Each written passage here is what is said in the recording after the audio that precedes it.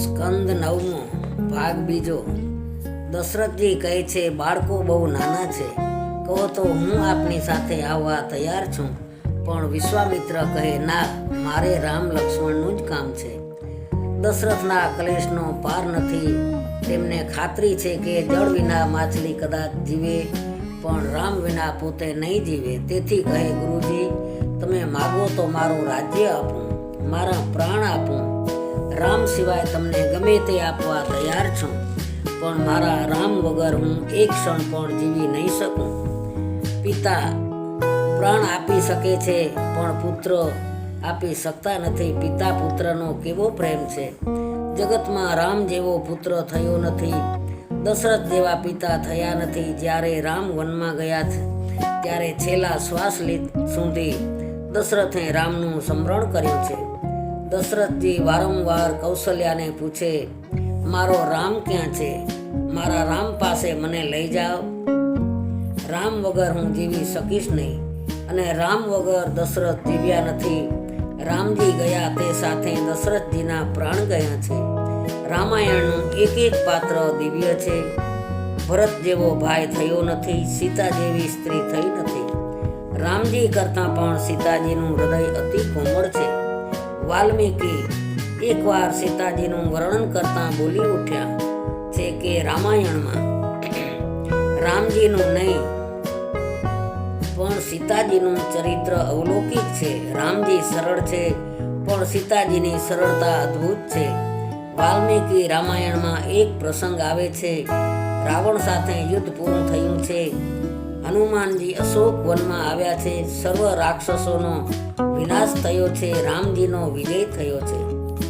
સીતાજીએ હનુમાનજીને અનેક આશીર્વાદ આપ્યા કે કાળ તારો નોકર થઈને રહેશે, અષ્ટમાં સિદ્ધિઓ તારી સેવામાં ઊભી રહેશે, મન્ના જેવો તારો વેગ રહેશે, બુદ્ધિવંતોમાં તું શ્રેષ્ઠ ગણાશે, બ્રહ્મચારીમાં તું આદર્શ ગણાશે। આવા કંઈક આશીર્વાદો આપ્યા, પણ હનુમાનજીને તૃપ્તિ થઈ નહીં।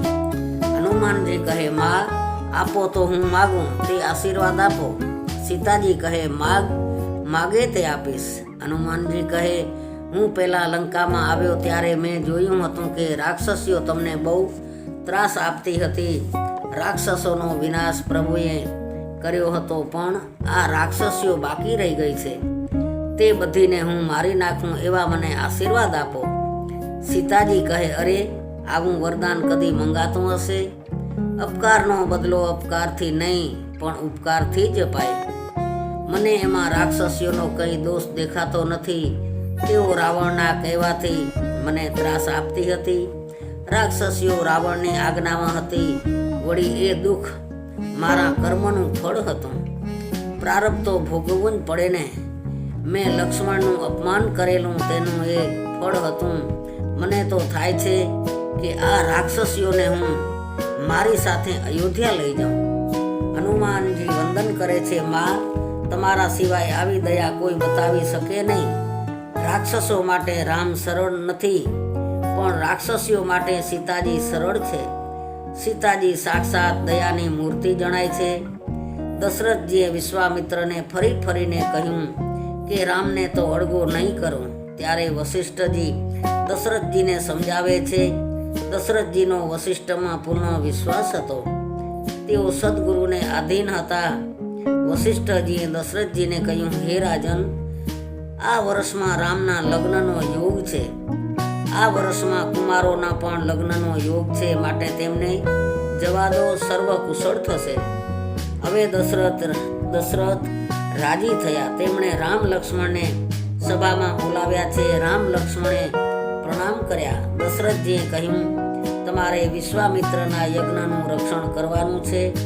રામ લક્ષ્મણે જેવી આજ્ઞા કહી અને આજ્ઞા માથે ચડાવી। જીવનને મધુર બનાવજો। ભગવાન મીઠાશના પ્રેમી છે, માટે જીવનમાં મીઠાશ વધારો। જીવનમાં મીઠાશ સદગુણથી આવે છે। સર્વને માન આપશો તો તમારું જીવન મધુર થશે। બીજાને માન આપવાથી અને જીવનમાં મીઠાશ સંયમ વધારવાથી જીવન મધુર બને છે, ઉત્તમ બને છે। જેના જીવનમાં મીઠાશ નથી એ ભગવાનને ગમતો નથી. વિદ્યાદાન, જ્ઞાનદાન અને દ્રવ્યદાન કરતાં માનદાન ચડિયાતું છે. માનદાન શ્રેષ્ઠ દાન છે. 1 પૈસાનો પણ ખર્ચ નહીં. સર્વને માન આપો. જે કોઈનું અપમાન કરતો નથી, કર્કશ વાણી બોલતો નથી, તેના જીવનમાં મીઠાશ છે. રામ લક્ષ્મણ વિશ્વામિત્ર સાથે પધાર્યા. વિશ્વામિત્ર એટલે વિશ્વના મિત્ર. વિશ્વસ્ય મિત્રમ ઇતિ વિશ્વામિત્ર. પાણિનીએ આ પ્રમાણે અર્થ કર્યો છે. અથવા વિશ્વ જેનું મિત્ર છે તે વિશ્વામિત્ર, એટલે કે જીવ વિશ્વનો મિત્ર થાય. એટલે શબ્દ ભ્રમ તેની પાછળ આવે છે અને તેની પાછળ પરભ્રમ પણ આવે છે. તમે જગત મિત્ર થશો એટલે રામ લક્ષ્મણ તમારી પાછળ આવશે. રામ એ પરબ્રહ્મ છે, લક્ષ્મણ શબ્દ ભ્રમ છે. શબ્દ ભ્રમ વગર પરબ્રહ્મ પ્રગટ થાય નહીં. માટે વિશ્વના મિત્ર બનો. વિશ્વામિત્રની પાછળ રામ લક્ષ્મણ ચાલે છે. રસ્તામાં તાડકાનો ઉદ્ધાર કર્યો. વિશ્વામિત્રે બલ્લા અને અતિબલા વિધા રામ લક્ષ્મણને આપી, જેથી ભૂખ તરસ ન લાગે. આશ્રમમાં રઘુનાથજીએ વિશ્વામિત્રને કહ્યું, ગુરુજી, હવે તમે યજ્ઞ કરો, હું યજ્ઞનું રક્ષણ કરીશ. વિશ્વામિત્રે યજ્ઞની તૈયારી કરી. રામ લક્ષ્મણ હાથમાં ધનુષ્બાણ લઈ અને યજ્ઞનું રક્ષણ કરે છે. રામજી આજે સજ્જ થઈ અને ઊભા છે. ભગવાન હંમેશા ભક્તને માટે સજ્જ ઊભાતા હોય છે.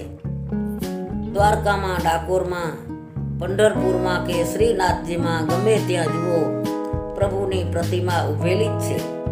ભગવાન ભક્તોને મળવા પ્રેમથી ઊભા છે. ભગવાન કહે છે કે મારા વૈષ્ણવોને ભક્તોને મળવા માટે પ્રતીક્ષા કરતો હું ઊભો છું. ઊભો રહી અને ભક્તોની પ્રતીક્ષા કરું છું કે મારાથી વિખૂટો પડેલો જીવ ક્યારે મને મળવા આવે. ઈશ્વર તો જીવની સામે અખંડ જોયા કરે છે, પણ જીવ ઈશ્વરની સામે જોતો નથી. રામ તો જીવને અપનાવવા તૈયાર છે, પણ આ અભાગ્યો જીવ તેને મળવા ક્યાં આતુર થાય છે. શ્રી રામ આ જાન બાહુ છે. તેમના બંને હાથ ઘૂંટણ સુધી પહોંચે છે. કોઈકે પૂછ્યું કે પ્રભુ, આપે કેમ હાથ આટલા લાંબા રાખ્યા છે? પ્રભુએ જવાબ આપ્યો, મારા ભક્તમાં કોઈ જાડો ભક્ત હોય તો તેને બાથમાં સમાવી લેવા માટે મેં હાથ લાંબા રાખ્યા છે. ભગવાન ભક્તોની એટલી ચિંતા કરે છે. રામ રીંછને ભેટે છે, રામ વાનરોને ભેટે છે. રામજી સર્વ ઉપર પ્રેમ કરે છે. રામજી ધનુષ બાણ હંમેશા સાથે રાખે છે. ધનુષ બાણને સજ્જ રાખે છે. ધનુષ્ય બાણ વગરના રામના દર્શન કોઈ ઠેકાણે નથી. રાજ્યાસન ઉપર બેઠા હોય ત્યારે પણ ધનુષ બાણ અને મહેલમાં સીતાજી પાસે બેઠા હોય ત્યારે પણ ધનુષ્ય બાણ. ઉપનિષદમાં ઓમકારને ધનુષ્યની ઉપમા આપી છે. ઓમકાર એટલે જ્ઞાન. જ્ઞાન એક ધનુષ્ય રામજીએ ધારણ કરેલું છે. ધનુષ્ય બાણને હંમેશા સજ્જ રાખજો, કારણ કે રાક્ષસો કામ, ક્રોધ, લોભ વગેરે તમારી પાછળ પડ્યા છે, તમને મારવા આવે છે. પરંતુ રામની જેમ ધનુષ્ય બાણને સજ્જ રાખજો. જ્ઞાન વિવેકને સતેજ રાખશો. પ્રતિ ક્ષણે સાવધાન રહે, તેને રાક્ષસ મારી શકે નહીં. રામનું સ્વરૂપ અદ્ભુત છે. શૂર્પણખા રાક્ષસી હતી, તોય રામને જોતા તેને ઈચ્છા થઈ કે આ મારા પતિ બને. આપણા હૃદય રાક્ષસો કરતાં કઠોર બન્યા છે, કેમ કે રામને પતિ બનાવવાની ઈચ્છા થતી નથી. વિશ્વામિત્ર યજ્ઞ કરે છે. વિશ્વામિત્ર યજ્ઞ કરે છે અને યજ્ઞના ચારેય દરવાજે રામ લક્ષ્મણ પહેરો ભરે છે. રાક્ષસો જે દરવાજે જાય છે તે દરવાજે તેઓને રામ લક્ષ્મણ દેખાય છે. રામ લક્ષ્મણ યજ્ઞ રક્ષા માટે એવા સાવધ છે. વિશ્વામિત્ર યજ્ઞમાં આહુતિ આપે છે, પણ નિહાળે છે રામ લક્ષ્મણને યજ્ઞ કરવા બેઠા છે અને નજર રામચંદ્રજી ઉપર છે. શ્રુતિ વર્ણન કરે છે. અગ્નિ એ ઠાકોરજીનું મુખ છે. અગ્નિ મુખથી પરમાત્મા આરોગે છે. અગ્નિની જ્વાળા ઠાકોરજીની જીભ છે. બ્રાહ્મણો વેદ મંત્રોનો ઉચ્ચાર કરી અગ્નિમાં આહુતિ આપે છે. વિશ્વામિત્ર રામ લક્ષ્મણના દ્રષ્ટિ સ્થિર રાખી યજ્ઞ કરે છે. મનનો મેલ દૂર કરવા યજ્ઞ કાર્ય કરવાના હોય છે. યજ્ઞ સ્વાધ્યાય તપ ધ્યાનનું ફળ છે. મન શુદ્ધિનું ફળ છે. પરમાત્માના દર્શન એટલે વિશ્વામિત્ર વિચારે છે કે મારા યજ્ઞનું ફળ તો મારા દ્વારે છે અને હું અત્રે ધુમાડો ખાઉં છું. વિશ્વામિત્રે યજ્ઞનો આરંભ કર્યો. તેની રાક્ષસોને ખબર પડી કે રાક્ષસો વિઘ્ન કરવા દોડી આવ્યા. વારંવાર રામજીના દર્શન કરતા મારીચનો સ્વભાવ બદલાય છે. જેના દર્શનથી સ્વભાવ બદલાય એ ઈશ્વર. મારીચ વિચારે છે કે આ વિશ્વામિત્રના યજ્ઞમાં વિઘ્ન કરવાનું મને કેમ મન થતું નથી? આજે કેમ મારા મનમાં દયા આવે છે? આ બાળકોને જોઈ મારું મન પલટાય છે. એમ કેમ આ બાળકોને ફરી ફરી જોવાનું મન કેમ થાય છે? મારીચ રાક્ષસ હતો પણ રામના દર્શન કરતાં તેની બુદ્ધિ સુધરી છે. લોકો રામના દર્શન કરવા જાય છે પણ રામજીના દર્શન કર્યા પછી તેઓની બુદ્ધિ સુધરતી નથી. રામના દર્શન કર્યા પછી બુદ્ધિ ન સુધરે તો માનવું કે હું રાક્ષસ કરતાં પણ અધમ છું. રામના પ્રત્યક્ષ દર્શન કરતાં મારીચની બુદ્ધિ બદલાય તેમાં કંઈ આશ્ચર્ય નથી. રામજીનું નકલી સ્વરૂપ ધારણ કરતાં નકલી રામનું ચિંતન રાવણનો કામ મારે છે એમ રામાયણ કહે છે. તો રામના પ્રત્યક્ષ દર્શનથી શું ન થાય? રામજીને યાદ કરીએ એટલે આખું જગત માતૃત્વ દેખાય છે.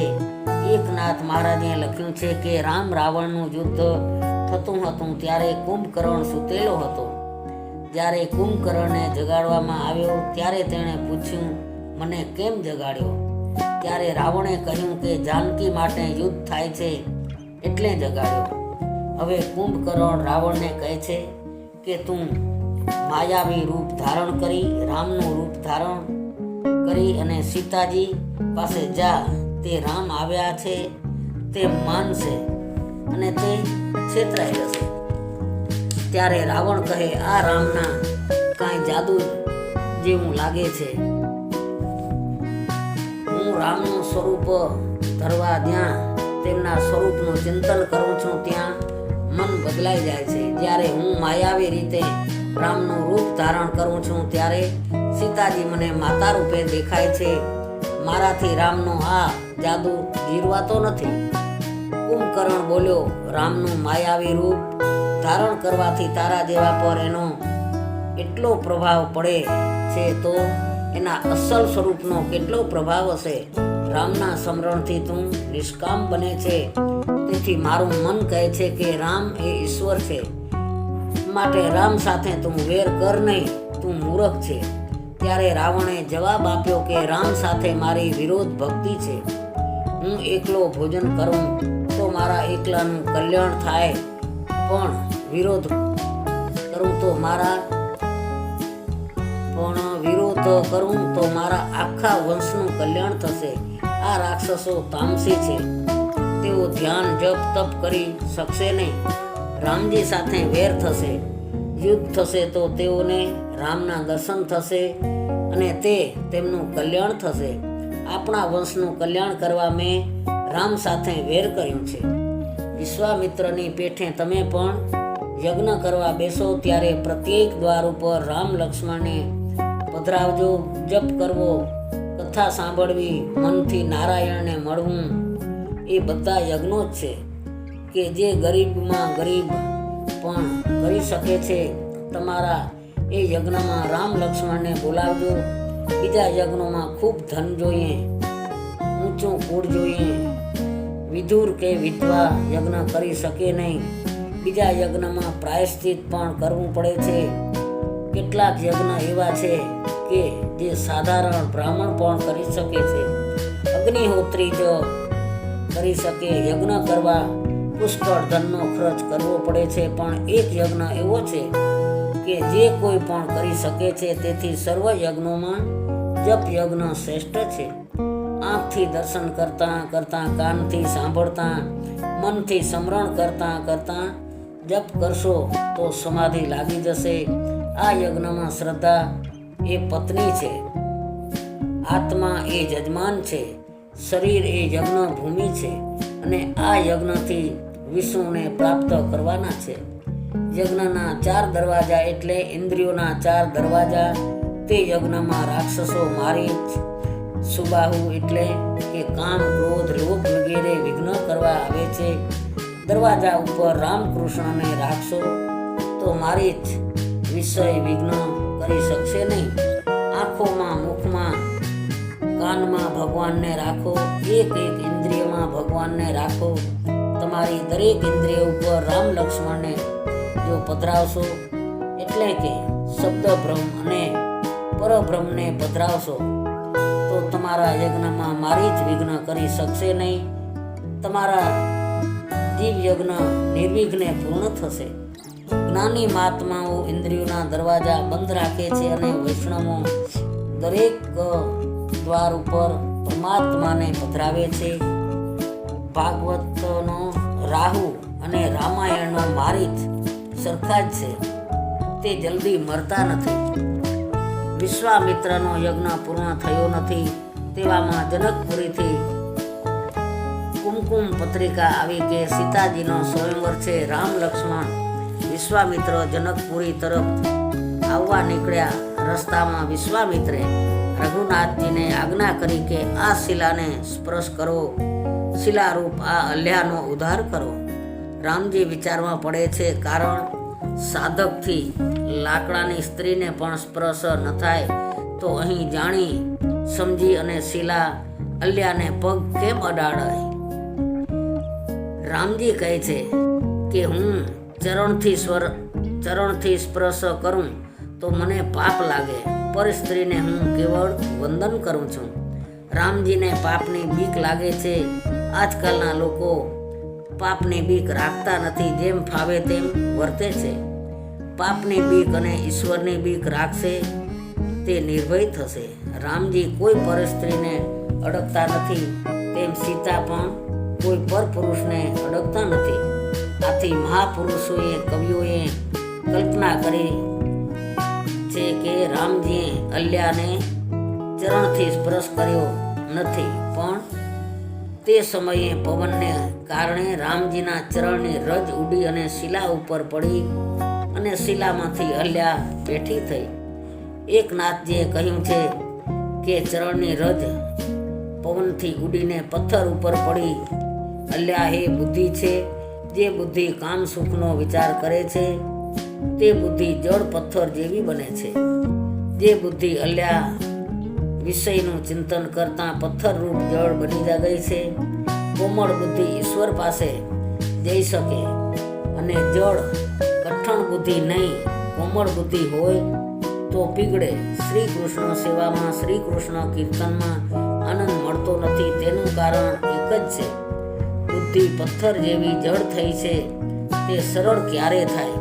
જ્યારે કોઈ સંત મળે ત્યારે, જ્યારે કોઈ સંતના ચરણની રજ પાવન કરે ત્યારે. સંતની ચરણ રજનો ભારે મહિમા છે, તો ભગવાનની ચરણ રજનું શું કહેવું? અલ્યાજી સ્તુતિ કરે છે કે મારા પતિએ મને શ્રાપ આપ્યો, તે સારું કર્યું, તેથી આપના દર્શન થયા. તે વખતે ગૌતમ ઋષિ આવ્યા, કહે કે તમે મારી પત્નીને સદગતિ આપી છે. આમ કહી ગૌતમ ઋષિએ રામજીને આશીર્વાદ આપ્યો કે તમારા લગ્ન સુંદર કન્યા સાથે જ થશે. વિશ્વામિત્ર રામ લક્ષ્મણ સાથે જનકના દરબારમાં આવે છે. કુમારોને જોઈ જનક વિચાર કરે છે, આ ઋષિ કુમારો કે રાજકુમારો? જનક નિશ્ચય કરી શક્યા નહીં. વિશ્વામિત્રને પૂછ્યું, આ બાળકો કોણ છે? વિશ્વામિત્રે કહ્યું, તમે નિર્ણય કરો, તમે મહાજ્ઞાની છો. સુખદેવજીના ગુરુ જનક રાજા છે. જનકનું બીજું નામ પડ્યું છે વિદેહી. દેહમાં હોવા છતાં દેહના ધર્મો જેને સ્પર્શ કરી શકતા નથી તે વિદેહી.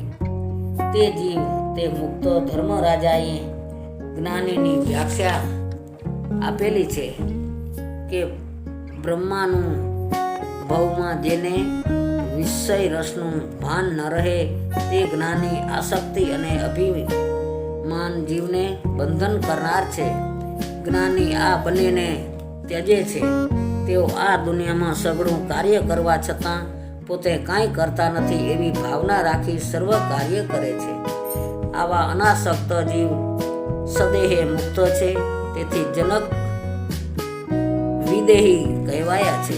રાજા જનક કહે છે કે મારી આંખોથી હું બધે જોઉં પણ મારું મન કોઈ તરફ આકર્ષાય તેમ નથી. મારામાં વૈરાગ ભર્યો છે પણ કુમારોને જોઈ મારું મન આકર્ષાય છે. મારા મનનું આકર્ષણ ઈશ્વર સિવાય કોઈ કરી શકે નહીં. જેથી જરૂર આ ઈશ્વર છે. મન ઉપર કેટલો વિશ્વાસ. આમ જનક રાજાએ રામજીને ઓળખી લીધા. તે બોલ્યા, ઋષિકુમાર નથી અને રાજકુમાર પણ નથી. દેવો નેતિ કહે જેનું વર્ણન કરે છે. શંકરજી જેનું સદા સર્વદા ચિંતન કરે છે તે આ સાક્ષાત પરબ્રહ્મ છે, પરમાત્મા છે. દુષ્યંત શંકુતલાનું પ્રથમ મિલન થાય છે. શંકુતલા કહે છે કે હું કણ્ય ઋષિની કન્યા છું. ત્યારે દુષ્યંત કહે છે કે મારું મન પવિત્ર છે. બ્રાહ્મણની કન્યા મારી માં છે, છતાં તને જોઈ મારું મન ચંચળ થયું છે. તેથી તું મારી જાતની કન્યા છે એમ મારું મન કહે છે. મારું મન જ પ્રણામ કરે છે, પ્રમાણ છે. હવે શંકુતલા કબૂલ કરે છે કે મારા પિતા જનક ક્ષત્રિય છે. કર્ણ ઋષિ તો મારા પાલક પિતા છે. હું ક્ષત્રિય કન્યા છું. જનક રાજા કહે છે કે આજ સુધી હું નિરાકાર બ્રહ્મનું ચિંતન કરતો હતો, પણ હવે મન કહે છે કે નિરાકાર બ્રહ્મનું ચિંતન છોડી આ સગુણ રામનું ચિંતન કર. નિરાકાર નહીં પણ નકારાનું ચિંતન કરો. વિશ્વામિત્ર કહે, રાજા, આ તમારી દ્રષ્ટિનો ગુણ છે. જ્ઞાનીઓ અભેદ ભાવથી ચિંતન કરે છે. તમારી વૃત્તિ ભ્રમાકાર છે એટલે તમને એમ લાગે છે. બાકી આ તો દશરથના કુમારો જ છે. જનક મહાજ્ઞાની છે. શ્રી કૃષ્ણે ગીતાજીમાં કર્મ દ્વારા સિદ્ધિને પ્રાપ્ત કરનારાઓમાં પહેલું નામ જનકનું ગણાવ્યું છે. જનકાદી કરીને ચૂપ થયા છે. બીજું નામ કોઈનું આપ્યું નથી. આવા જનક વિદેહી હતા, મહાજ્ઞાની, પૂરા બ્રહ્મનિષ્ઠ. રામ લક્ષ્મણ વિશ્વામિત્ર જનકપુરીની બહાર વાડીમાં રહ્યા છે.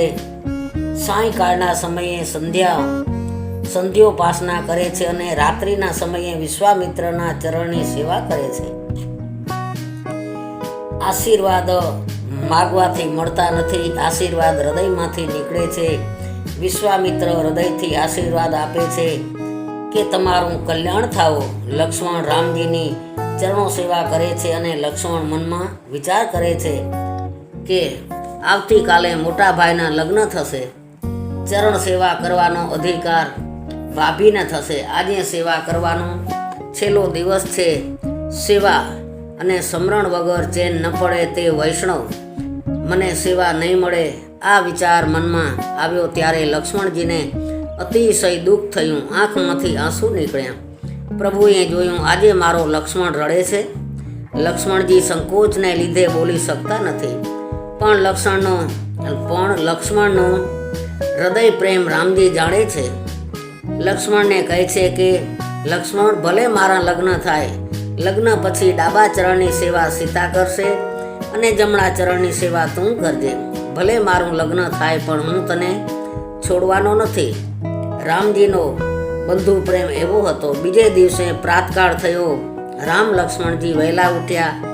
વિશ્વામિત્ર શાલિગ્રામની પૂજા કરતા હતા. પૂજા માટે ફૂલ તુલસી લેવા તેમને મોકલ્યા. રામ લક્ષ્મણ પૂજા માટે બગીચામાં ફૂલ તુલસી લેવા આવ્યા છે. માળીને કાકા કહીને બોલાવ્યો. માળીએ પાછળ જોયું. લક્ષ્મણજી ઊભા હતા. માળીએ કહ્યું, હું તો આપનો અધમ નોકર છું. રામજીએ કહ્યું, તમે ઉંમરમાં મોટા છો, માનના અધિકારી છો. વિનય જોઈ માળી વારંવાર વંદન કરે છે. નિત્ય તુલસીજીને વંદન કરનારને કોઈ રોગ થતો નથી. તુલસીજીને પ્રણામ કર્યા વગર તુલસી ચૂંટશો નહીં. ચૂંટો ત્યારે પ્રણામ કરીને કહો કે ઠાકોરજીના ચરણાવિંદમાં તમને પધરાવવા માટે ચૂંટવાની આજ્ઞા આપો. તુલસીજી એ રાધાજીનો અવતાર છે. સાંયકાળ પછી તુલસીને સ્પર્શ કરવો નહીં. રોજ તુલસીજીની અને પાર્વતીજીની પૂજા કરે તો સૌભાગ્ય અખંડ રહે છે. તે સમયે સીતાજી ત્યાં પધાર્યા. સીતાજીની દ્રષ્ટિનું મિલન થયું. આ કથા તુલસીદાસજી લઈ આવ્યા છે. બીજા કોઈ રામાયણમાં આ કથા નથી. પછી સીતાજીએ જગદંબાને વંદન કરી અને પ્રાર્થના કરી કે મને રામજી જેવા પતિ મળે. સ્વયંવર થયો. જનકજીએ જાહેર કર્યું કે મારી દીકરી 3 વર્ષની હતી ત્યારે આ ધનુષ્યનો ઘોડો બનાવીને રમતી હતી. માટે જે આ ધનુષ્યનો ભંગ કરશે તેને હું મારી કન્યા પરણાવીશ. રાવણ પણ ત્યાં આવેલો. વિના કારણ કલહ કરે તે રાવણ. પોતાની જય પોતે બોલાવે, આત્મા પ્રશંસા કરે તે રાવણ. સીતા સંવરમાં રાવણ પોતાની જય પોતે બોલાવે છે. ધનુષ્ય ઉંચકવાનો પ્રયત્ન કરી પોતે બોલો રાવણ કી જય એમ બોલ્યો.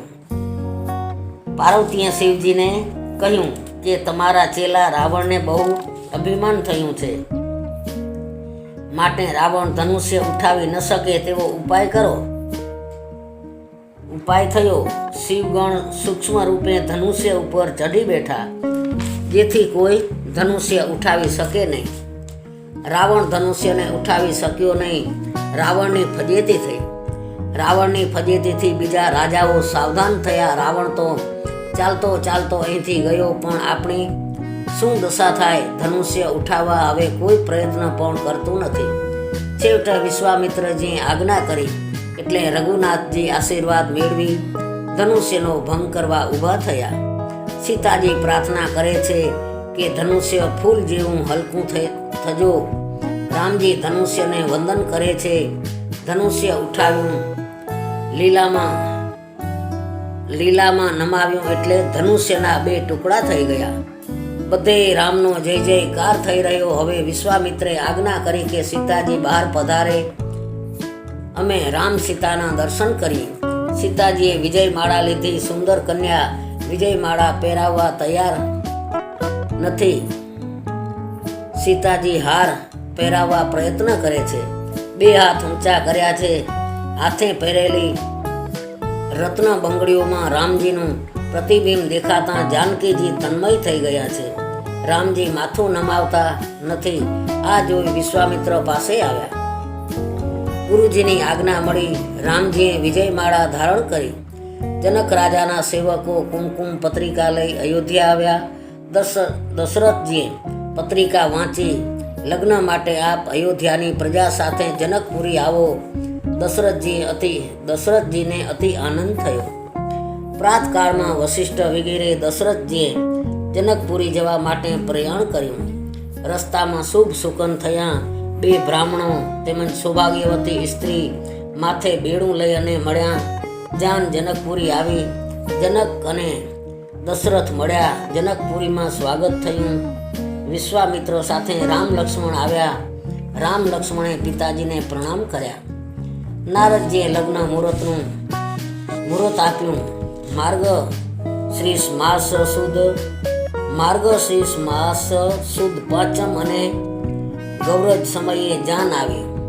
ધનતેરસે અને ગઈ વસંત પંચમી પછી. આ તો રઘુનાથનું લગ્ન છે. રઘુનાથજી લગ્ન કરવા જાય છે ત્યારે કામદેવ ઘોડો થઈને આવ્યા છે. કામનો ઘોડો કરી કામની છાતી ઉપર ચડીને રામ લગ્ન કરવા જાય છે. સાધારણ માનવ લગ્ન કરવા જાય છે ત્યારે કામ તેની છાતી ઉપર ચડી બેસે છે. સગળે આનંદ થઈ ગયો છે. વિધિપૂર્વક રામ સીતાનું લગ્ન થયું. સાથે સાથે લક્ષ્મણ, ભરત, શત્રુઘ્નના પણ લગ્ન થયા. જનક કહે છે કન્યાનું દાન કરું છું. રામજી સરળ છે, કહે છે કે તેનો હું સ્વીકાર કરું છું. પછી લક્ષ્મણજી કહે છે કે અમે ક્ષત્રિયો દાન આપીએ આપીએ છીએ, અમે દાન લેતા નથી. હું પ્રતિ ગૃહણામી સ્વીકારું છું એવું નહીં બોલો. રામજી સમજાવે છે કે લક્ષ્મણ બોલવું પડે. કહે છે કે તમે બીજું કહો તો કરવા તૈયાર છું, પણ દાન તરીકે કન્યા નહીં સ્વીકારું. છેવટે વિશ્વામિત્ર સમજાવે છે કે આ શબ્દ બોલ્યા વગર લગ્ન પાકું ન કહેવાય. તે પછી લક્ષ્મણજી બોલ્યા કે હું સ્વીકાર કરું છું. લગ્ન પછી સીતારામજી જમવા બેસે છે. ભોજનમાં જરા વિનોદ હોય તો વધારે જમાય છે. જનકપુરીની સ્ત્રી વિનોદ કરે છે કે દશરથજીને છોકરા ક્યાં હતા? રાણીઓએ ખીર ખાધી ત્યારે છોકરા થયા. લક્ષ્મણજીથી આ વિનોદ જરા પણ સહન થયો નહીં. તે બોલી પડ્યા કે અયોધ્યામાં ખીર ખાવાથી છોકરા થાય છે, પણ જનકપુરીમાં ધરતીમાંથી કન્યાઓ નીકળે છે. એકી બેકીની રમત રમાય છે. તન બે પણ મન એક, એનું નામ લગ્ન. લગ્ન પછી પણ પતિ પત્ની બે નહીં, એક જ છે. ગ્રસ્ત આશ્રમ ઐદૈત્ય સિદ્ધ કરવાનું પહેલું પગથિયું છે. સીતાજી પૂછે છે, બોલો એકી કે બેકી? રામજી કહે છે એકી. સખીઓ હસે છે, કહે છે કે આજ સુધી એકલા હતા પણ હવે તો બેકી થયા, તોય કહે છે કે એકી. લક્ષ્મણજી કહે, મોટા ભાઈએ કહ્યું તે બરાબર છે. લગ્ન થયા પછી પતિ પત્ની એક જ છે, તેથી બેકી હોવા છતાં એકી છે. સીતા અને રામ એક જ છે. સીતારામ એ બે નથી. સીતારામ અભિન્ન છે. રામ સીતાનું લગ્ન થયું. રંગ મહોત્સવ થયા પછી ત્યાંથી અયોધ્યા આવવા પ્રયાણ કર્યું. સીતાજી સાક્ષાત મહાલક્ષ્મી જનકપુરી છોડીને જાય છે.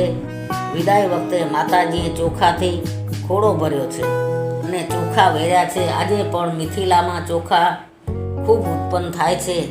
વિશ્વામિત્રનું ખૂબ સન્માન કર્યું. ઘરે આવ્યા પછી દશરથ રાજાએ રાણીઓ સમક્ષ જનક રાજાના ખૂબ વખાણ કર્યા. કન્યાના માતા પિતાના વખાણ કરશો તો કન્યા રાજી થશે. સીતાજી તે સાંભળે છે. ગ્રસ્ત આશ્રમને સુખી કરવાની એ ચાવી છે. દશરથ કહે, આ પારકી કન્યા આપણા ઘરે આવી છે, તેનું રક્ષણ પાંપડો જેમ આંખનું રક્ષણ કરે તેમ કરજો. આનંદના દિવસો જતાં સમય લાગતો નથી. હવે રામચંદ્રજી 27 વર્ષના અને જાનકીજી 18 વર્ષના થયા છે. એક દિવસ દશરથજીએ દર્પણમાં જોયું તો મુગટ વાંકો હતો. વિશેષ જોયું તો કાનના વાળ પણ ધોળા થયા હતા. કાનના વાળ ધોળા દેખાય ત્યારે માનું કે અતિ વૃદ્ધાવસ્થા આવી છે. દશરથે વિચાર્યું કે મને ધોળા વાળ બોધ આપે છે. તમે અતિ વૃદ્ધ થયા. હવે રામને ગાદી ઉપર બેસાડો. દશરથ કહે, સીતા રામનો રાજ્યાભિષેક થાય અને મારી આંખે હું નિહાળું, આ એક જ ઈચ્છા બાકી છે. દશરથનું રાજ્ય પ્રજાતંત્ર રાજ્ય છે. દશરથ મંત્રી અને પ્રજાજનોની સંમતિ સિવાય રામજીને ગાદી ઉપર બેસાડી શકે નહીં. દશરથ રાજાએ મહાજન અને મંત્રીને બોલાવ્યા અને તેમની આગળ રજૂઆત કરી કે તમારી સર્વની ઈચ્છા હોય તો આવતીકાલે રામજીનો રાજ્યાભિષેક કરો. સુમંત મંત્રી બોલ્યા, અમારી પણ એ જ ઈચ્છા છે. તે વખતે વશિષ્ઠજી રાજ દરબારમાં આવ્યા. બધાએ ઊભા થઈ માન આપ્યું. નારદજીએ વશિષ્ઠજીને પ્રણામ કરી કહ્યું, પ્રજાની ઈચ્છા એવી છે કે રામચંદ્રજીનો રાજ્યાભિષેક થાય, આપ આજ્ઞા આપો. વશિષ્ઠજીએ સંમતિ આપી ત્યારે દશરથજીએ સારું મુહૂર્ત માગ્યું. વશિષ્ઠજી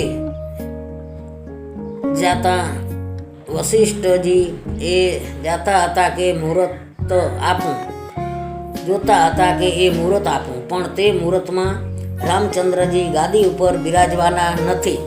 વશિષ્ઠજીએ કોઈ દિવસ આપ્યો નથી. કહ્યું કે રામજી જે દિવસે ગાદી ઉપર બેસે તે દિવસ શ્રેષ્ઠ છે.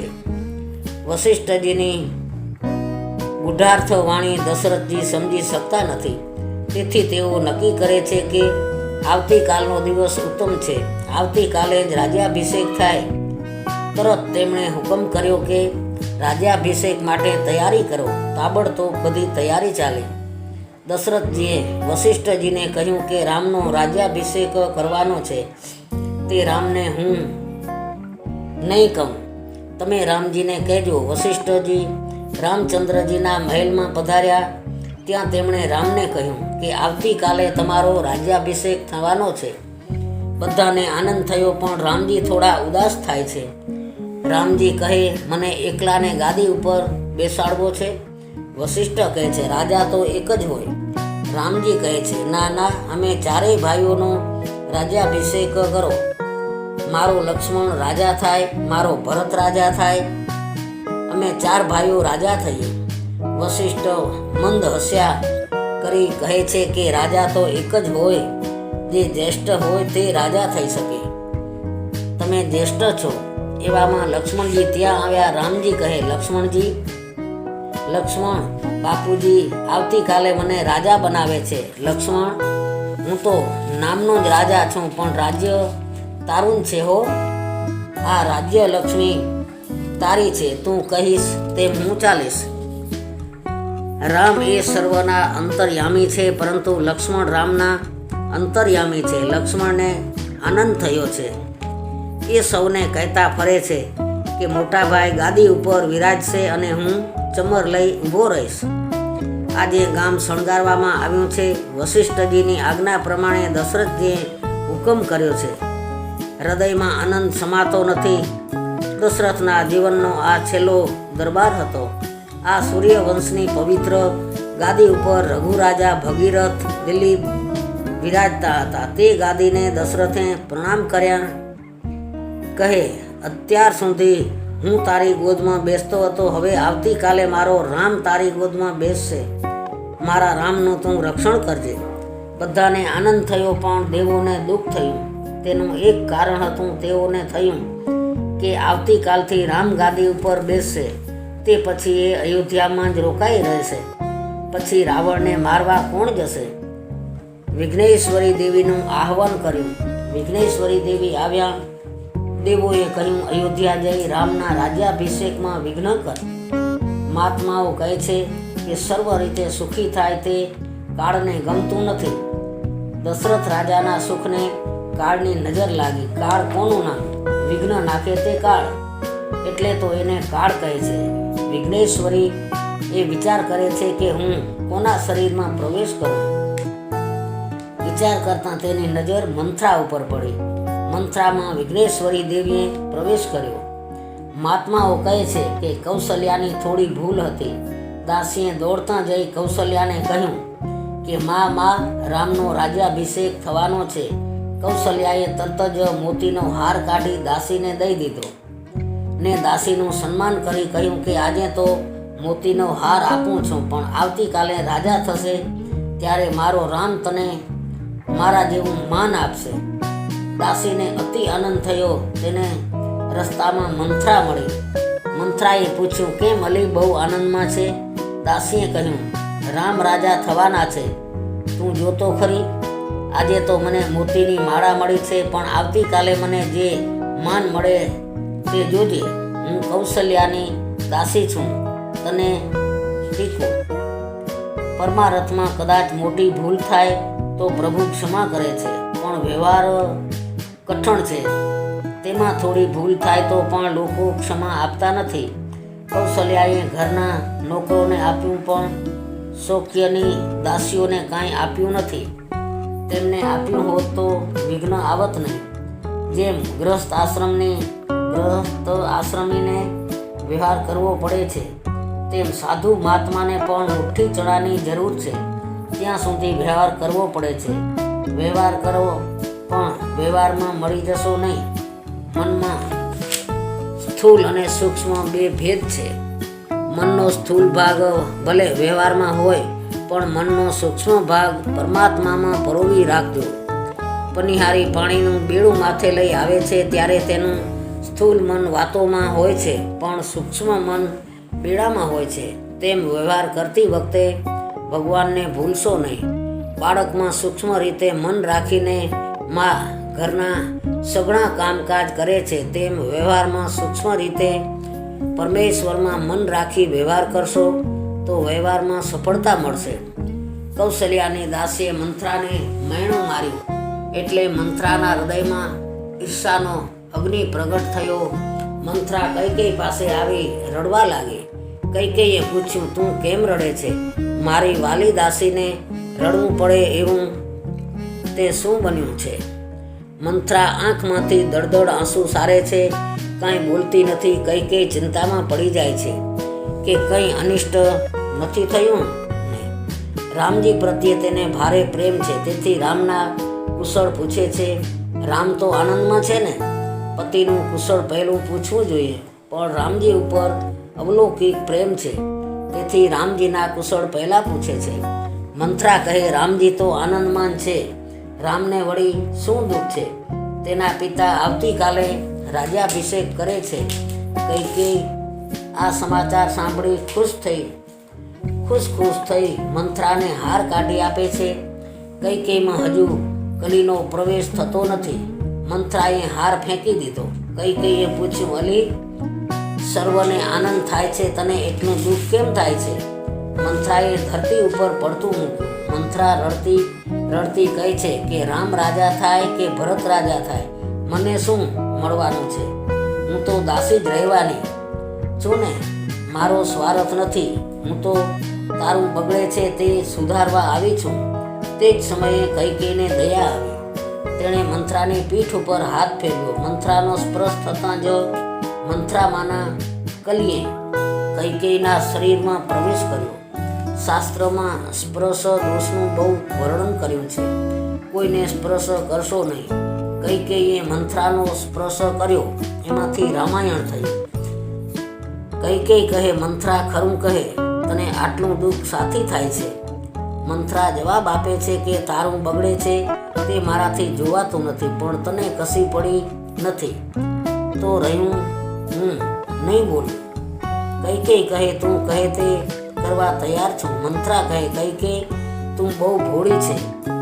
તારો કાંટો દૂર કરવા કૌશલ્યાએ આ ષડયંત્ર રચ્યું છે.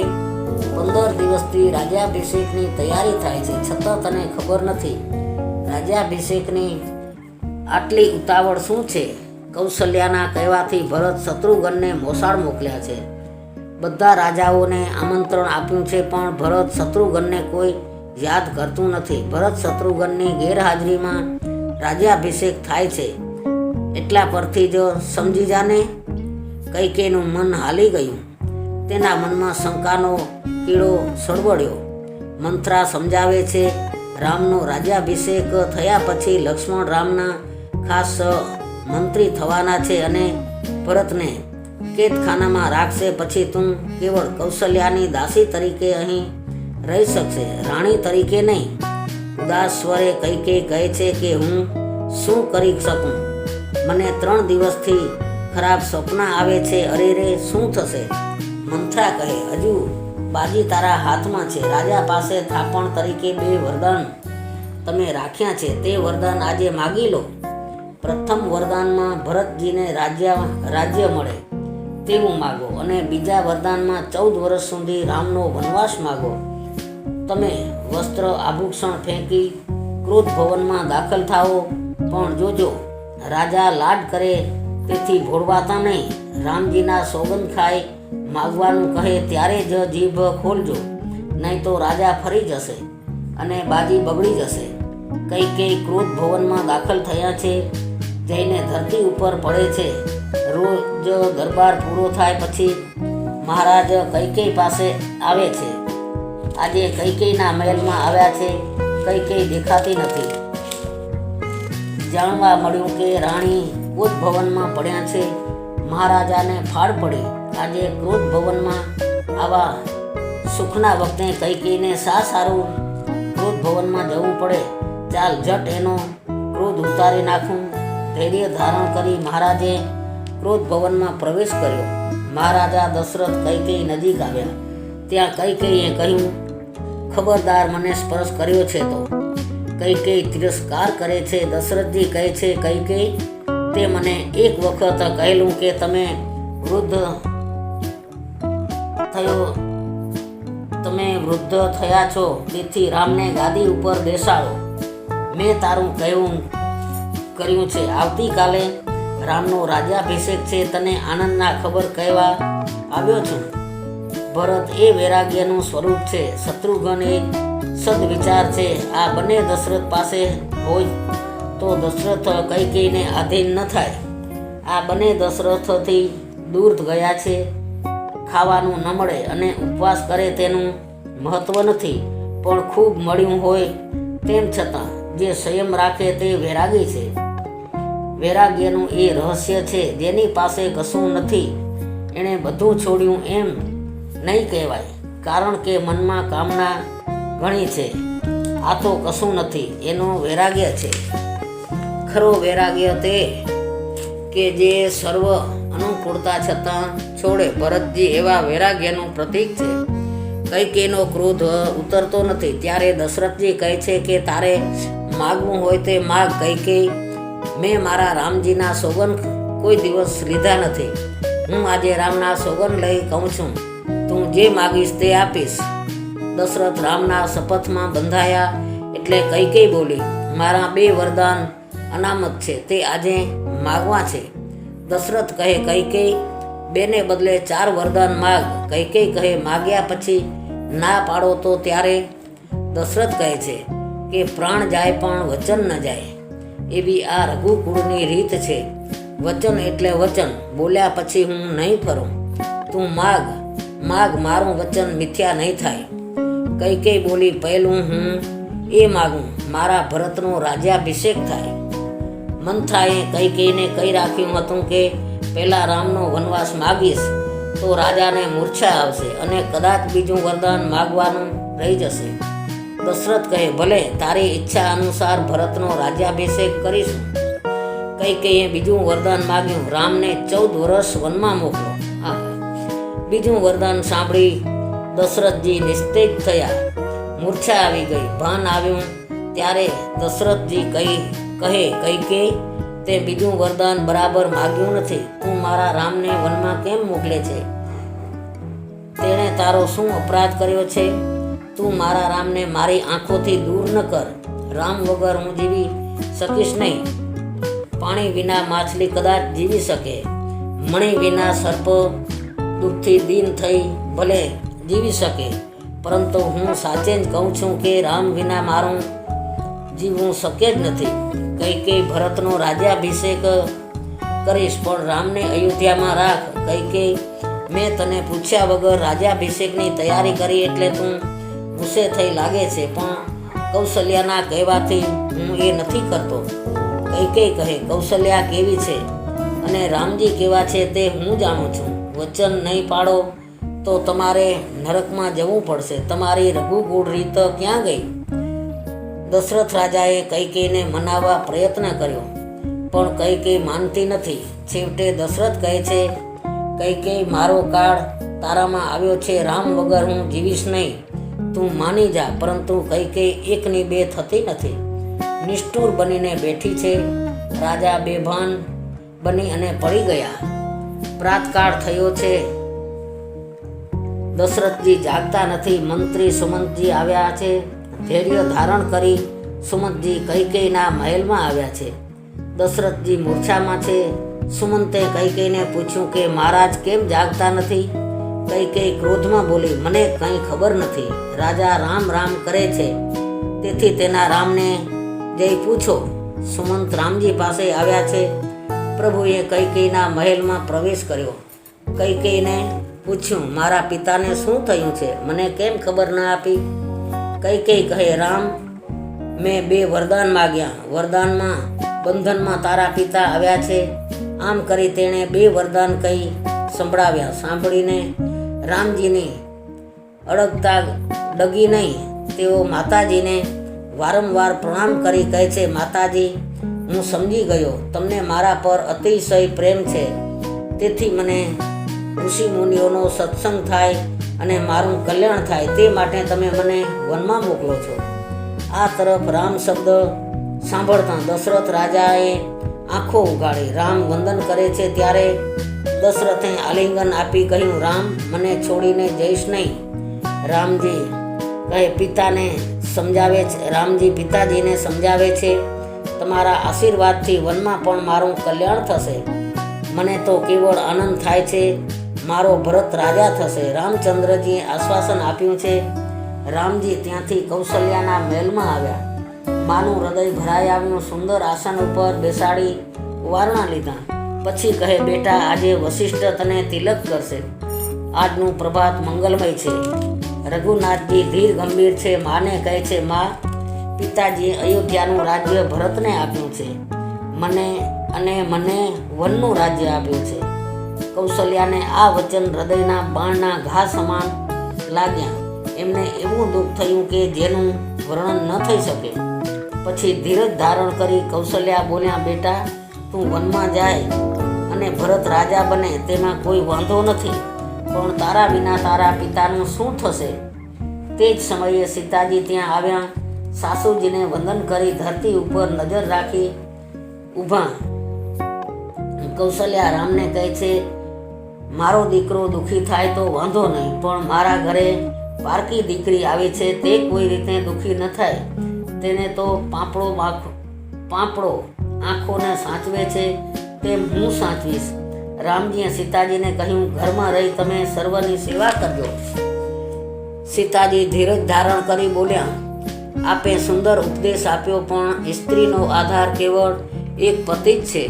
તમને એવી ખાતરી હોય કે તમારા વિયોગમાં સીતા 14 વર્ષ જીવશે તો મને ઘરમાં રહેવા આજ્ઞા આપજો. હવે રામજી કેવી રીતે ના કહી શકે? ધર્મની વાત હોય ત્યાં તેનાથી બીજું કહેવાય પણ શું? એટલે તેમણે કબૂલ કર્યું કે હું તમને વનમાં લઈ જઈશ. એટલામાં લક્ષ્મણજી ત્યાં આવ્યા. રામજીએ લક્ષ્મણને ઉપદેશ કર્યો કે, લક્ષ્મણ, માતા પિતાની સેવા કરવા તારે ઘરમાં રહેવાનું છે. પણ લક્ષ્મણ કહે, માતા પિતા તમે જ છો. જળ વિના માછલી જીવી શકે, પણ સીતારામ વિના લક્ષ્મણ નહીં જીવી શકે. આની સામે હવે શું કહેવાય? રામજી એ જાણતા જ હતા. તેમણે લક્ષ્મણને કહ્યું, તમે આ સુમિત્રાની આજ્ઞા લઈ આવો. લક્ષ્મણજીએ માતાજીને સંક્ષેપમાં કથા કહી સંભળાવી. સુમિત્રાથી બોલાઈ ગયું, કઈ તે તો અયોધ્યા ઉજળ કરી. પછી સ્વસ્થ થઈ તેમણે લક્ષ્મણને આશીર્વાદ આપ્યા કે, બેટા, અનન્ય ભાવે રામ સીતાની સેવા કરજે. નક્કી માનજે કે જ્યાં રામ છે ત્યાં અયોધ્યા છે. એવામાં લક્ષ્મણજીની પત્ની ઉર્મિલા ત્યાં આવ્યા. એક શબ્દ બોલ્યા નહીં, કેવળ મનથી વંદન કરી અને ઊભા રહ્યા. એમના દિલમાં કેવી અપાર વ્યથા હતી તે તેમના મૌનમાંથી જણાયું. પછી સીતા રામ લક્ષ્મણ પાસે આવ્યા. રામ કહે છે, પિતાજી, ધીરજ ધારણ કરો. લક્ષ્મણ પાસે આવ્યા અને રામ કહે છે, પિતાજી, ધીરજ ધારણ કરો. હું વનમાં જાઉં છું, મને આજ્ઞા આપો, આશીર્વાદ આપો.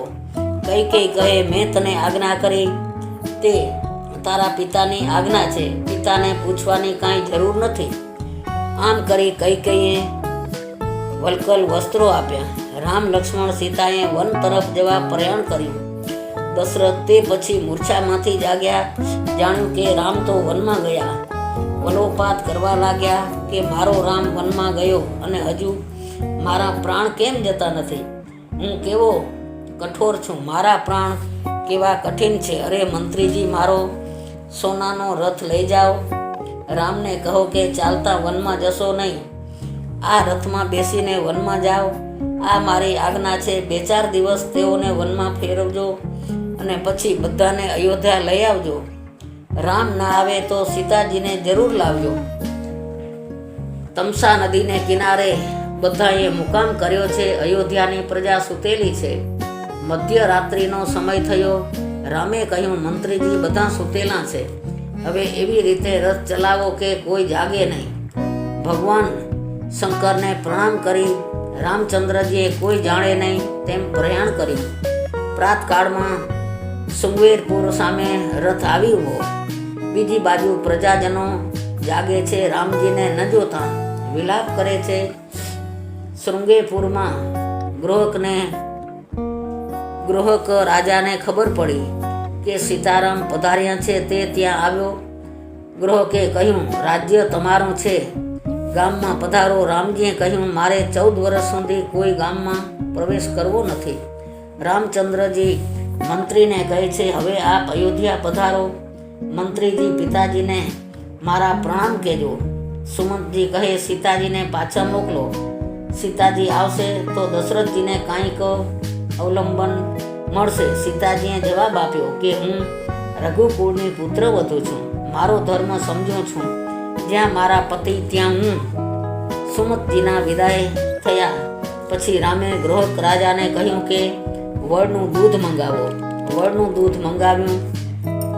રામજીના વાળ સુંદર હતા. તે દૂધથી વાળની જટા બનાવી રઘુનાથજી તપસ્વી થયા. બધા ગંગા કિનારે આવ્યા.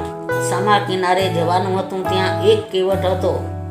લક્ષ્મણજી તેને પૂછે છે કે અમને સામે પાર લઈ જઈશ? કેવટ નાવડીમાંથી જ કહે છે કે હું તમારો મર્મ જાણું છું. લક્ષ્મણ પૂછે છે ભાઈ તું શું મર્મ જાણે છે? કેવટ ઉત્તર આપે છે રામજીના ચરણમાં એવી શક્તિ છે કે તેમની ચરણ રજના સ્પર્શથી ઋષિ પત્ની પથ્થર બની જાય છે. ત્યારે મારી નાવડી તો લાકડાની છે. રામજીના ચરણના સ્પર્શથી મારી નાવ જો ઋષિ પત્ની બની જાય તો હું મારા કુટુંબનું ભરણ પોષણ કેવી રીતે કરું? તમને મારી નાવડીમાં બેસવાની જરૂર હોય તો મને રામજીના ચરણ પખાડવા દો. હું મારા હાથે રામજીના ચરણ પખાડું તે પછી જ હું તમને નાવમાં બેસવા દઉં. કેવટના પ્રેમભર્યા વચનો સાંભળી રઘુનાથજી પ્રસન્ન થયા. કેવટ લાકડાની કથરોટ લઈ આવ્યો અને રામજી મનોમન વિચારે છે કે ચરણોના માલિક તો બે તરફ ઊભા છે. આ ત્રીજો જાગ્યો. રામજીનો નિર્ણય હતો કે વામ ચરણની સેવા સીતાજી કરશે, દક્ષિણ ચરણની સેવા લક્ષ્મણજી કરશે. પણ આ કેવટ તો બંને ચરણોની સેવા માગે છે. કેવટ ગંગાજળ લઈ ધીરે ધીરે ચરણ પખાડે છે. ખરો ભાગ્યશાળી આ કેવટ પૂર્વજન્મમાં ક્ષીર સમુદ્રમાં કાચબો હતો. તેને નારાયણની ચરણ સેવા કરવી હતી પણ લક્ષ્મણજીએ ના પાડી. શેષે ના પાડી. આજે લક્ષ્મીજી સીતા થયા છે અને શેષજી લક્ષ્મણ થયા છે. કેવટ મનમાં કહે છે કે તે વખતે તમે બંને ચરણ સેવા કરવા દેતા ન હતા. આજે તમે બંને ઊભા છો અને હું સેવા કરું છું. કેવટ રામ લક્ષ્મણને ગંગાજીના કિનારે ઉતારે છે. કેવટ સાષ્ટાંગ પ્રણામ કરે છે.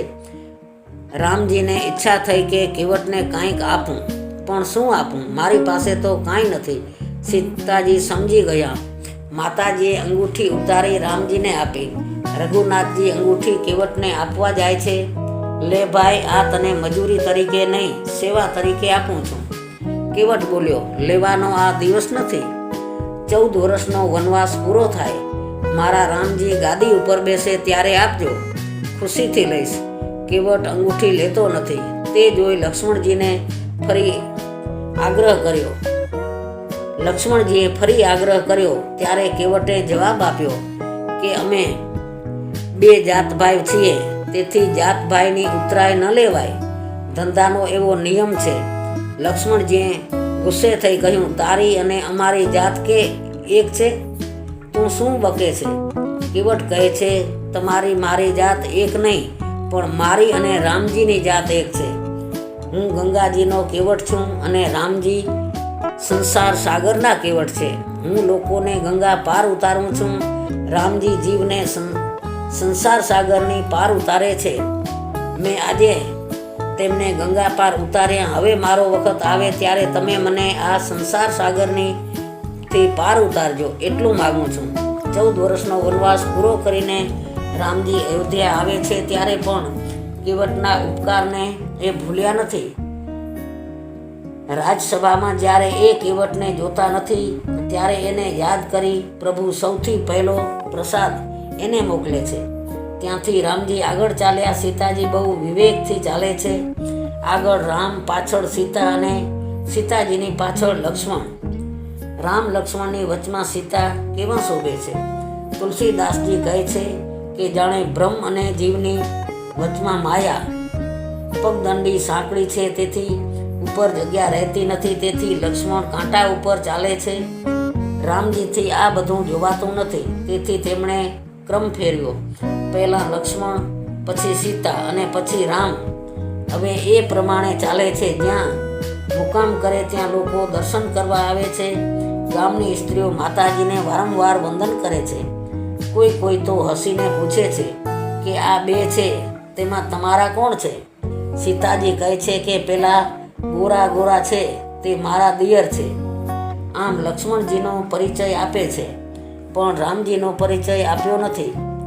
શ્રુતિ પણ પરમાત્માનું વર્ણન નિષેધથી કરે છે. કહે છે કે ન ઇતિ આ નહીં. રામ સીતા દર્ભની પથારીમાં સૂતા છે. લક્ષ્મણ ગૃહક ચાકરી કરે છે. ગૃહક કૈકેયીનો તિરસ્કાર કરે છે. તે વખતે લક્ષ્મણ ગૃહક રાજાને ઉપદેશ કરે છે. તે લક્ષ્મણ ગીતા નામે પ્રસિદ્ધ છે. લક્ષ્મણજી કહે છે કે બીજા કોઈ માણસને સુખી કે દુઃખી કરી શકતો નથી. મનુષ્યને સુખ દુઃખ આપનાર તેનું કર્મ છે. કર્મને આધારે આ સૃષ્ટિ છે. જ્ઞાની મહાત્મા તેથી કોઈને દોષ આપતા નથી. રામ સ્વેચ્છાએ વનમાં આવ્યા છે. સીતારામજીના ચરણાવિંદનું નિત્ય સ્મરણ કરવું એ જ પરમાર્થ છે. જ્ઞાની પુરુષો સુખ દુઃખનું કારણ બહાર શોધતા નથી. મને કોઈ સુખ દુઃખ આપે છે એ કલ્પના ભ્રામક છે. એવી કલ્પનામાંથી બીજા જીવ પ્રત્યે વેરભાવ જાગશે. સદા સર્વદા મનને સમજાવો. તને જે સુખ દુઃખ થાય છે તારા કર્મનું ફળ છે. રામજીને કર્મનું બંધન નથી. તેઓ તો કર્મથી પર છે. રામજી પોતાની ઈચ્છાથી પ્રગટ થાય છે. જીવ પોતાના કર્મના બળે કરીને જન્મે છે. પરમાત્મા જ્યારે લીલા કરવા આવે છે ત્યારે કર્મની મર્યાદામાં રહે છે. જગતને એવો આદર્શ બતાવે છે કે હું ઈશ્વર છું, છતાં હું કર્મની મર્યાદા પાળું છું. આ ભગવાનની લીલા છે. કૈકેયીએ રામને વનવાસ આપ્યો. કૌશલ્યા માને અતિ દુઃખ થયું. ત્યારે રામજીએ માને કહ્યું કે આ મારા કર્મનું ફળ છે. પૂર્વજન્મમાં મેં કૈકેયીને દુઃખ આપ્યું હતું, તેનું આ ફળ છે.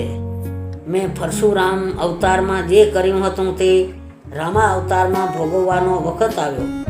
પૂર્વજન્મમાં કૈકેયી રેણુકા હતી, જમદગ્નિ ઋષિની પત્ની અને પરશુરામની મા. એક વખત રેણુકાને મનમાં વિચાર આવ્યો કે ગંધર્વ કન્યા જેવું સુખ મને મળ્યું નહીં. આમ મનથી વ્યભિચાર થયો. તે ઋષિ જમદગ્નિના જાણવામાં આવ્યું. તેમણે પરશુરામને કહ્યું કે તારી મા પાપી છે, તેને મારી નાખ. પરશુરામને આજ્ઞા થઈ, તેથી તેણે માને મારી નાખી.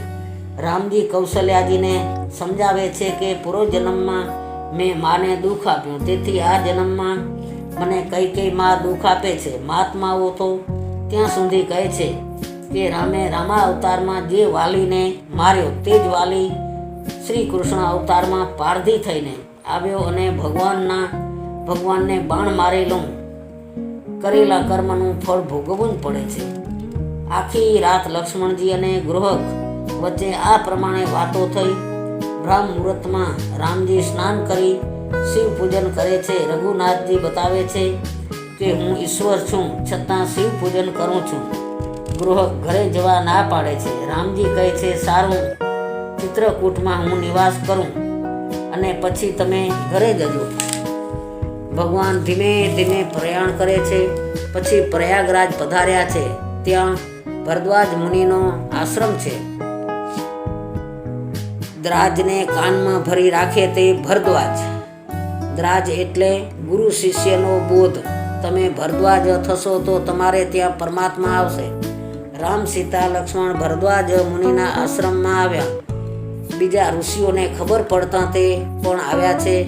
ભરદ્વાજ મુનિ કહે છે કે આજ સુધી જે સાધન કર્યું તેનું ફળ મને મળી ગયું. સર્વ સાધનનું ફળ ભગવાનના દર્શન. ભગવાનના પ્રત્યક્ષ દર્શન કર્યા વગર જીવન સફળ થતું નથી. એક રાત્રિ પ્રભુએ ત્યાં મુકામ કર્યો. બીજે દિવસે પ્રભુ વાલ્મીકી ઋષિના આશ્રમમાં આવ્યા. વાલ્મીકીએ રામકથા સમાધિ ભાષામાં લખી છે. રામજીનું પ્રાગટ્ય થતાં જ પહેલાં વાલ્મીકીએ રામાયણ લખ્યું છે. વાલ્મીકી આદિ કવિ છે. વાલ્મીકીના મુખમાંથી પહેલો શ્લોક નીકળ્યો તે પહેલાં જગતમાં શ્લોક ન હતો. આ આદિ શ્લોક છે. એક પારધીએ કૌચને બાણ માર્યો. વાલ્મીકી આ દ્રશ્ય જોઈ બહુ વ્યાકુળ થયા અને પારધીને ઠપકો આપ્યો. એ ઠપકાનો શ્લોક તે વિશ્વનો પહેલો શ્લોક છે. આદિ કવિતાનું એ મંગલ પ્રભાત છે. વાલ્મીકીના આશ્રમમાં શ્રી રામ લક્ષ્મણ જાનકીજી પધાર્યા. રામચંદ્રજીએ વાલ્મીકીની સ્તુતિ કરી. ત્યારે વાલ્મીકી કહે, આ તો સત્સંગનું ફળ છે. પહેલાં વાલીઓ ભીલ હતો અને લૂંટફાટનો ધંધો કરતો, પણ નારદજીના સત્સંગથી મારું જીવન સુધરી ગયું. નારદજીએ મને પૂછ્યું કે તું કોના માટે પાપ કરે છે? મેં જવાબ આપ્યો કે મારા કુટુંબ માટે. ત્યારે નારદજીએ મને કહ્યું કે તારા આ પાપમાં તારા કુટુંબના સભ્યો ભાગીદાર થશે. મેં જવાબ આપ્યો કે કેમ નહીં? નારદજીએ કહ્યું, જા પૂછીને ખાતરી તો કર. હું ઘરે ગયો. મેં મારી પત્ની અને પુત્રોને પૂછ્યું કે હું જે પાપ કરું છું તેમાં તમે ભાગીદાર ખરા કે નહીં? તો બધાએ જવાબ આપ્યો કે પાપ કરે તે જ ભોગવે, અમારે શું? આ સાંભળી મારો મોહ નષ્ટ થયો. પછી મને નારદજીએ રામ નામનો મંત્ર આપ્યો. મારા જેવા પાપીના મુખમાંથી રામને બદલે મરા શબ્દ નીકળવા લાગ્યો. છતાં પ્રભુએ મારા ઉપર કૃપા કરી. મારો ઉદ્ધાર થયો. જેના ઉપર કૃપા કરી આપ પોતાના સ્વરૂપનું જ્ઞાન કરાવી દો છો તે જ આપને જાણી શકે છે. અને આપને જાણ્યા પછી તે આપનું સ્વરૂપ બની જાય છે. તુલસીદાસજીએ રામાયણમાં પૂર્ણ અદ્વૈતનું વર્ણન કર્યું છે. ભક્ત અને ભગવાનમાં અંતે કોઈ ભેદ રહેતો નથી. પ્રભુએ વાલ્મીક ઋષિને પૂછ્યું કે અમારે વનમાં ક્યાં નિવાસ કરવો, કોઈ સ્થાન બતાવો. ત્યારે વાલ્મીકી કહે છે, જેના કાન સમુદ્ર સમાન છે, એવા સમુદ્ર સમાન કે જેમાં તમારી કથારૂપી સેકન્ડો નદીઓ સખત ઠલવાતી રહે છે, છતાં જે કદી છલકાતો નથી, એવા ભક્તના હૃદયમાં તમારો વાસ છે. જેના હૃદયમાં કામ, ક્રોધ, મદ, મોહ, અભિમાન, લોભ, રાગ, દ્વેષ, દંભ કે કપટ વગેરે નથી, તે હૃદયમાં તમારો વાસ છે. જે સૌને હિતકારી છે, સૌનું પ્રિય કરનારો છે. સુખ દુઃખ, નિંદા સ્તુતિ જેને સરખા છે, તે જ સત્ય અને પ્રિય વચન બોલનારો છે. અને જાગતા ઊંઘતા તમારું શરણ શોધે છે. તમારા સિવાય જેની બીજી ગતિ નથી, તેના હૃદયમાં તમારો વાસ છે. પર સ્ત્રીને જે માતા સમે ગળે છે, પર દુઃખે જે દુઃખી છે અને પર સુખે જે સુખી છે, અને જેને તમે પ્રાણ સમા પ્યારા છો, જેના માતા પિતા, સખા, સ્વામી અને ગુરુ તમે છો, તેના મન મંદિરમાં પ્રભુ તમારો વાસ છે. તે હું જાણું છું. તમે બે ભાઈઓને સીતાજી ત્રણેય ત્યાં વસો. ભગવાનનો વાસ ભક્તોના અંતરમાં છે. એ ભક્તોના લક્ષણો વાલ્મીકીએ અહીં બતાવ્યા છે. આ લક્ષણો જેનામાં હોય તેની અંદર રામજી વસે છે. પછી વાલ્મીકી કહે છે, મહારાજ તમે કહો છો મને રહેવાની જગ્યા બતાવો, તો આપ ક્યાં નથી? તમારી આ લીલા છે એટલે હું આપને સ્થાન બતાવું છું. ચિત્રકૂટ પર્વત ઉપર આપ બિરાજો. ચિત્ર એ ચિત્રકૂટ છે. અંતકરણ પરમાત્મા સ્વરૂપનું સતત ધ્યાન કરે ત્યારે તેને ચિત્ત કહે છે. ચિંતન કરવું ચિત્તનો ધર્મ છે. નિશ્ચય કરવો એ બુદ્ધિનો ધર્મ છે. સંકલ્પ વિકલ્પ કરવા એ મનનો ધર્મ છે. એક જ અંતકરણના આ ભેદો છે. આજ્ઞા નથી. પાપ થાય છે. અજ્ઞાન ચિત્તમાં છે, અને ચિત્તમાં જો પરમાત્મા આવે તો જીવ કૃત્ય થાય છે.